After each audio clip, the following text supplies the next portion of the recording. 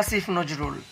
আসিফ নজরুল একজন বাংলাদেশী লেখক, ঔপন্যাসিক, রাজনীতি বিশ্লেষক, সংবিধান বিশেষজ্ঞ ও কলামিস্ট।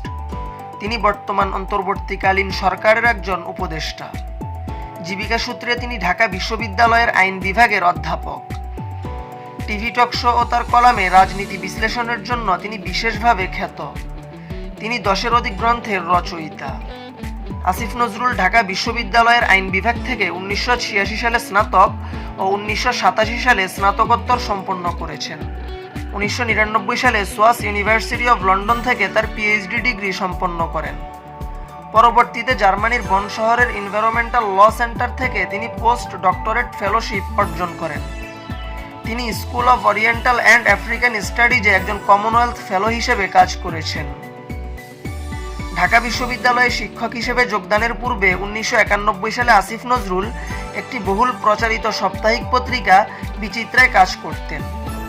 তিনি কিছু সময় বাংলাদেশ সরকারের একজন সরকারি কর্মকর্তা অর্থাৎ ম্যাজিস্ট্রেট হিসেবে কাজ করেছেন। জাতীয় ও আন্তর্জাতিক বিভিন্ন মিডিয়ায় তাকে প্রায়ই দেখা যায়, যেমন বিবিসি, সিএনএন এবং আল জাজিরা ইত্যাদি। ইউএনডিপি, এডিবি সহ মানবাধিকার সংস্থা, আইনের শাসন, পরিবেশগত সমস্যা ইত্যাদি ভিত্তিক বিভিন্ন ধরনের আন্তর্জাতিক সংস্থার সাথে তার কনসালট্যান্ট হিসেবে কাজ করার অনেক অভিজ্ঞতা আছে। বর্তমানে তিনি বাংলাদেশ অন্তর্বর্তীকালীন সরকারের উপদেষ্টার দায়িত্বে রয়েছেন। 2012 সালে আসিফ নজরুলকে তলব করেছিল হাইকোর্ট। 12 মার্চ 2012 তারিখে একটি টেলিভিশন চ্যানেলের টক শোতে দেওয়া বক্তব্যে অগণতান্ত্রিক শক্তিকে উস্কানি দেওয়া হয়েছে বলে একটি রিট আবেদন করলে আদালত এ আদেশ দেন। 2013 সালে ঢাকা বিশ্ববিদ্যালয়ে তার অফিস কক্ষে কেরোসিন তেল দিয়ে জ্বালিয়ে দেওয়া হয়েছিল। আসিফ নজরুলকে 2013 সালের মে মাসে টেলিফোন করে হত্যার হুমকিও দেওয়া হয়েছিল। ধারণা করা হয় সরকারের সমালোচনা করার জন্যই তাকে এই হুমকি দেওয়া হয়েছিল।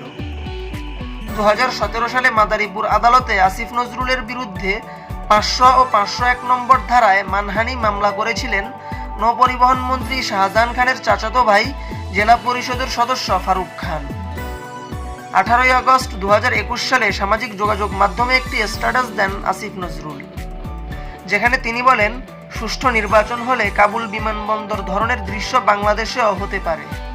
তার বিরুদ্ধে রাষ্ট্রদ্রোহিতার অভিযোগ এনে তার কক্ষের দরজায় ও দেওয়ালে পোস্টারও সাঁটানো হয়। এ সময় মুক্তিযুদ্ধ মঞ্চের নেতারাও তালামারা কক্ষ তালা দেয়। 2013 সালের ডিসেম্বর মাসে আসিফ নজরুল বাংলাদেশি লেখক হুমায়ুন আহমেদের মেয়ে শিলা আহমেদকে বিয়ে করেন। তার প্রাক্তন স্ত্রী ছিলেন অভিনেত্রী রোকেয়া প্রাচী।